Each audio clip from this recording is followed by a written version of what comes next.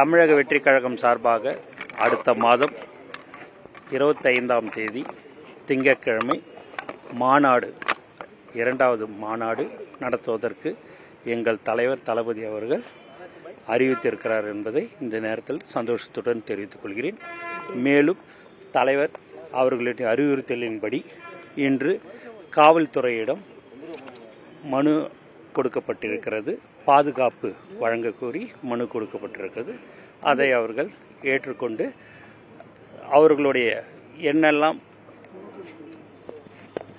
அந்த கண்டிஷன்ஸ் எதெல்லாம் எப்படி சொல்கிறார்களோ அதை நாங்கள் போன தடவை எங்களுக்கு அந்த அனுபவம் மாநாட்டில் முதல் மாடு விக்கிரவாண்டியில் நடந்தது.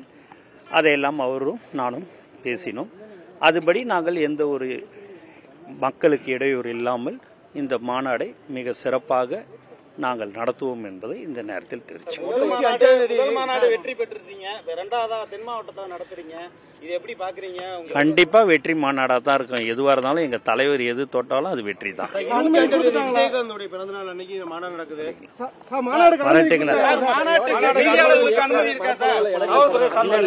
இல்ல இல்ல நீங்க எல்லாமையா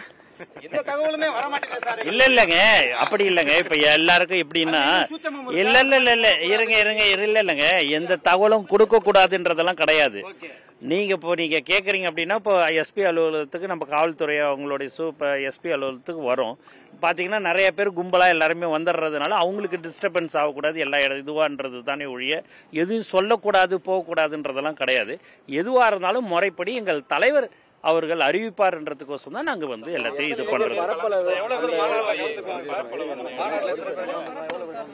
கலந்துக்குவாங்கன்றது இனி ஒரு உங்களுக்கு தெரியும். போன மாநாட்டில் எவ்வளவு பேர் கலந்துக்கினாங்கன்றது தெரியும். அதோட இங்க அதிக அளவில் இருப்பாங்கன்றதுல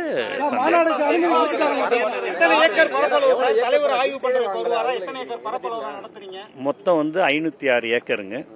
அதுல வந்து பார்க்கிங்கும் சேர்த்து இருக்குது. அந்த இடத்துக்கு ஆப்போசிட்லேயே தான் அந்த பார்க்கிங்கும் இருக்குது. அதனால இன்னும் கொஞ்சம் இடம்லாம் கேட்டிருக்கிறோம்.